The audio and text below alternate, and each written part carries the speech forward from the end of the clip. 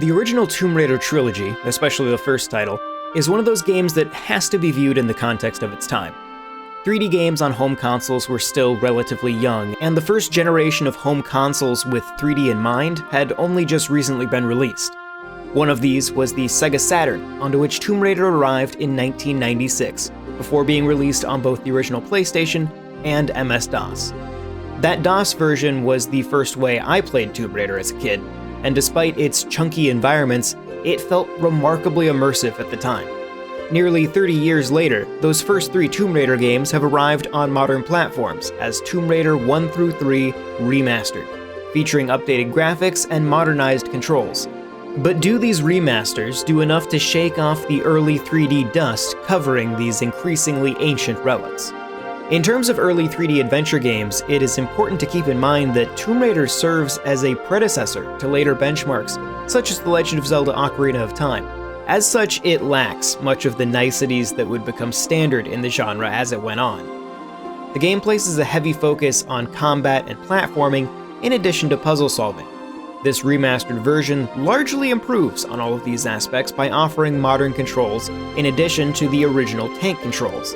These greatly improve the playability of the trilogy in most regards, though they do create a few issues. Namely, that Lara's collision logic is still bound by those original rigid controls, so getting her to line up perfectly with the grid-like geometry when using modern controls can be a bit tricky. I'd often have to make multiple approaches to a ledge before she'd line up with it just right in order to climb up. Other moves, such as the running long jump, are significantly more difficult to trigger while using modern controls.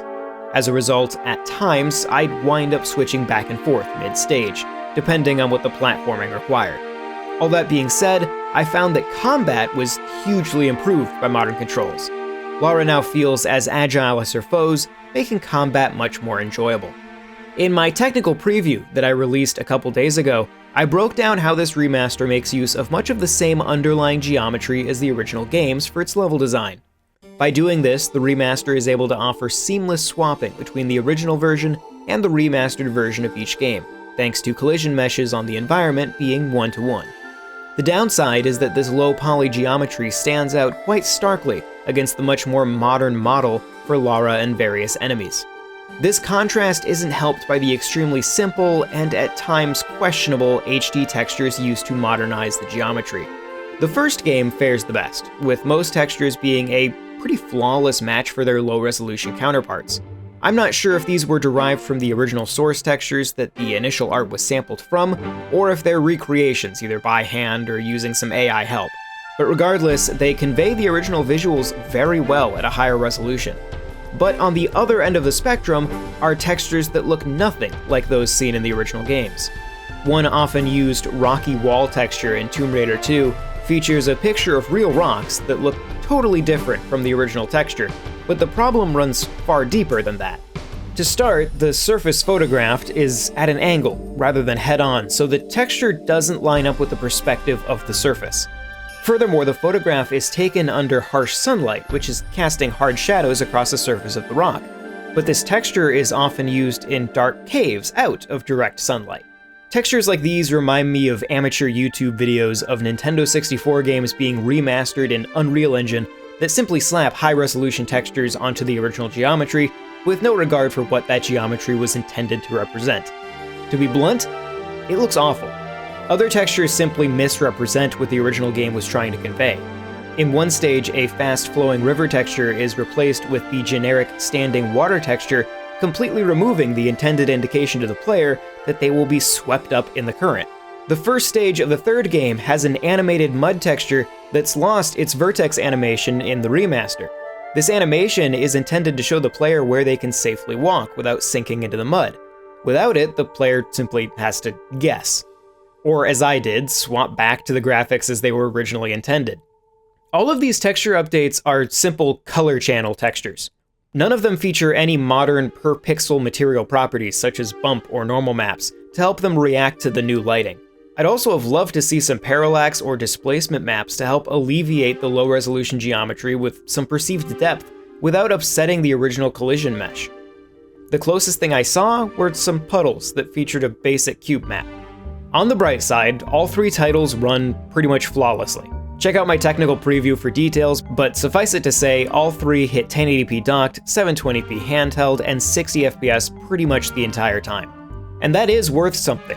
For as much as I can complain about some of the remastering choices, these games all play as well as they possibly could without fundamentally rewriting how they work. That, at the end of the day, is the key factor. I can forgive the occasionally awkward controls when using the modern settings. They are that way in order to preserve the option to play these games exactly as they were. I can forgive the reuse of the original primitive geometry because it allows you to switch between the remastered version and the original version seamlessly at any time. But the inconsistent, technically lackluster, and artistically questionable way the visuals have been remastered is a huge sticking point for me. Earlier, I compared it to an ugly fan remaster of an N64 game, but in reality that's inaccurate, as generally those fan remasters use more complex modern material rendering than Tomb Raider 1 through 3 does. But the worst sin of all is that occasionally, the remastering literally removes intentional game design choices made for the original game and becomes a worse experience as a result. That, to me, is pretty unforgivable. So your enjoyment of this collection will depend entirely on why you're playing.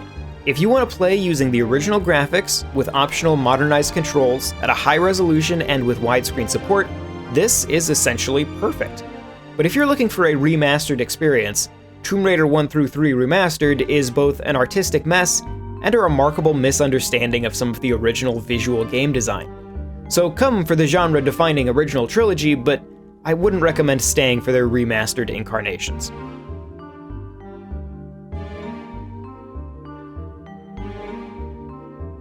This video is made possible by our generous supporters on Patreon. Did you know that Nintendo World Report is funded directly by fans like you? When you support Nintendo World Report on Patreon, you get immediate access to multiple exclusive podcasts every month, exclusive Discord channels, an early look at select content, and more, all for as little as $1 a month. Check out patreon.com/NWR for all the details.